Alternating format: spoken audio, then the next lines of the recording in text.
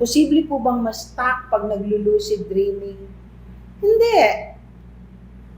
Bakit ka mai-stuck? Nananaginip ka lang naman. Pag nagising ka, magigising ka. Pwera na lang if you're having a lucid dream because you're taking drugs. That's different. Yung iba nga, yung nagma-mushroom, yung ano yung tawag? Ashwagandha, parang gano'n. Ayahuasca, yan.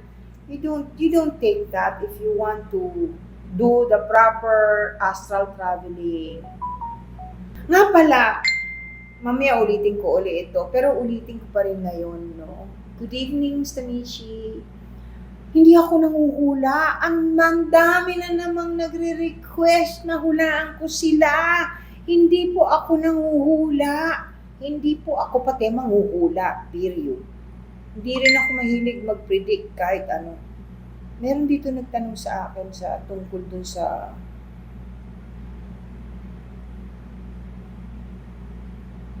Missy, totoo po bang nagpa-post ka ng happy pics mo ng partner pregnancy just nadadasalan ng masama? Hindi naman. Tatala ba yun kung masama ang intensyon? Alam mo, pray ka lang palagi, sugar. At saka, alam mo, partly, may kinalaman sa social media. Social media is often being used by the negative spirits, okay? It's used by both the good and the bad. Okay? At tandaan niyo, usually, ang mga negative spirit or bad spirits, they're very jealous. Ayaw nilang nakikitang masaya ka. Lalo na kung madasalin ka, tapos masaya ka pa.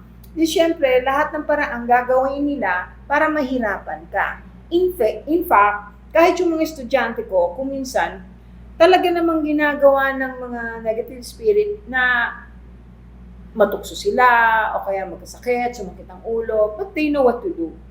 And since they're aware na mangyayari yon, nagagawa nila ng paraan. Empaths, most people now are empaths, but not all.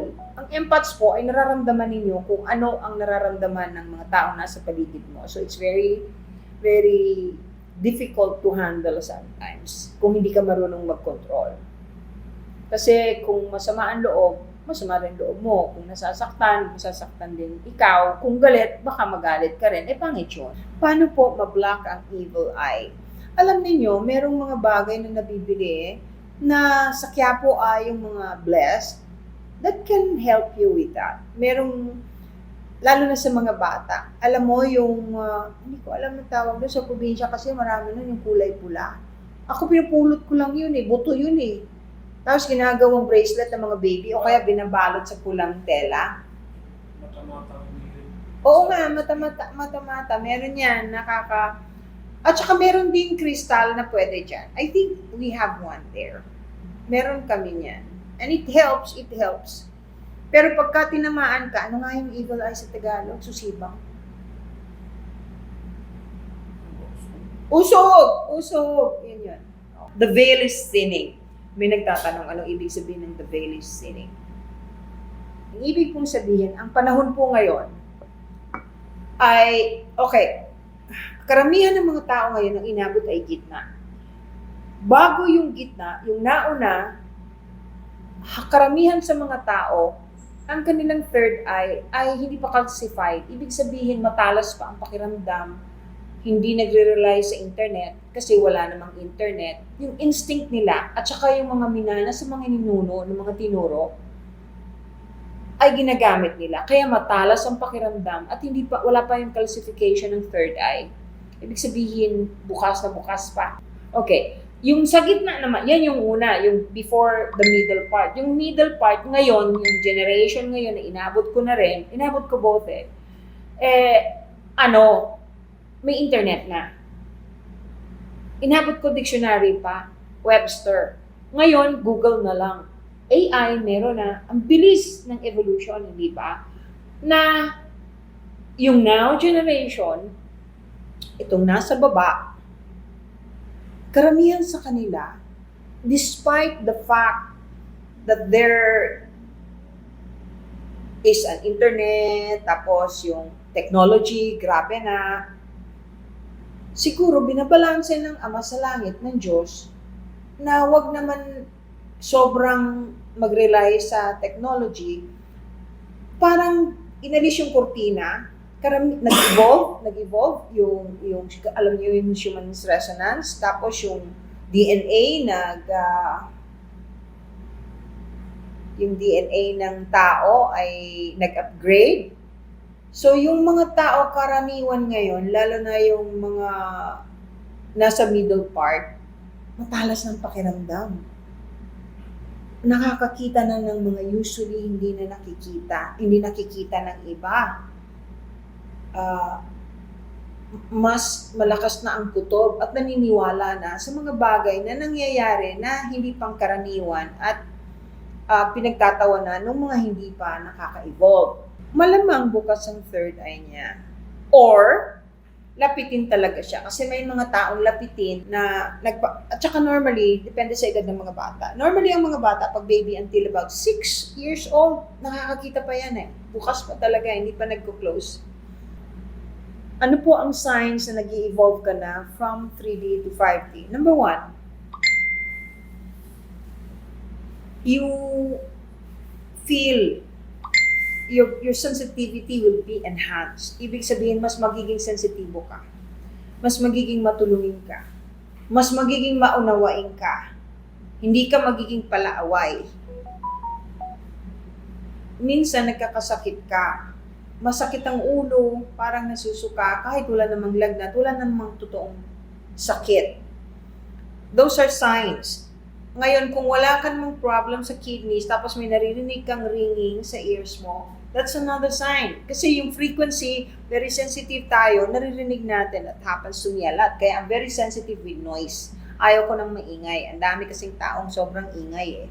Walang pakialam. Kahit na palaging pasigaw, alam mo yun. Paano magiging gabay ng isang tao ang kapre? Ikaw naman. Elemental ang kapre. Ang gabay, Carlo, ay highly spiritual being na galing sa langit, na kayang magturo at sumubaybay sa'yo para magabayan ka. Kaya nga sila tinawag na gabay. Never silang naging tao. Yung kapre, hindi po ever pwedeng maging gabay. Never pong mangyayari yan. Pwede kang magustuhan o kung gusto mo rin siya, pero para gabayan ka niya, ano ang igagabay sa'yo ng kapre? Mas kailangan ka ng kapre kesa ng kapre na kailangan mo siya. Can I perform astral projection even if I'm just a first timer? I am reading steps on how to do it. You can never be able to, I don't know how. If you're talking about the internet, kung gusto mong matuto through the internet, just be careful. I suggest you pray a lot. Ngayon, astral traveling is not a phenomenon na way out. Kasi it's a normal thing that happens to us every time we sleep. Well, 99.9% of the time. It's just that we don't remember. We do astral traveling. Baka ang ibig mong sabihin yung control. Ngayon, hindi ko alam kung anong tinuturo sa'yo ng controlled astral traveling sa internet kasi wala namang, you will just be reading it or listening to it. Wala namang magbabantay sa'yo. Kung may mangyari sa'yo hindi maganda, dahil mali yung preparasyon mo, iba yung napuntahan mo, hindi ko alam kung ano magiging resulta. Yun lang. Pero normal yan eh. Anybody, kahit first time ka, pwede kang mag-astral traveling kasi kaya lang naman hindi natin naaalala kasi nga very limited ang hindi pwedeng maalala lahat ng bagay na may kinalaman sa spiritual kasi dinidelete yan ng psyche natin. There were quite a few people before. This was even, kasi yung quantum energy product na yan, 10 years ago meron na yan. Meron pa yung quantum necklace. There are quite a few na grupo ng mga manghihilot, albularyo, call it what you want. Yung psychic na pumupunta rito kasi they know I can see things na hindi nakikita ng normal. Meaning, hindi naman napaka-special nun yung aura. So, alam ko yung aura kahit po bawat lugar, kunyari Quezon City, Makati, Alabang, may kulay po yan. Pag nasa aeroplano ko, nakikita ko yung kaibahan ng kulay ng bawat lugar. Okay, sila nagpupunta dito, pinatitingnan sa akin yung aura ng mga quantum energy things na binibenta, yung kwintas nga. Totoo po yun, it works, yung quantum. Kaya lang, ang hindi nila alam, nauubos. Depende sa nagsusuot. Ang akala po ng ibang bumibili, forever magagamit yun at forever puno. Para pong may baterya yan. Pag grabe yung sakit mo o ang daming pangangailangan ng katawan mo from the quantum energy, madideplete din yon. So, dapat bibili kayo uli.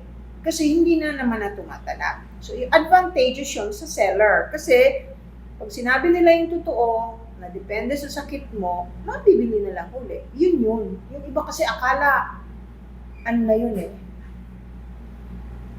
hindi na nawawala.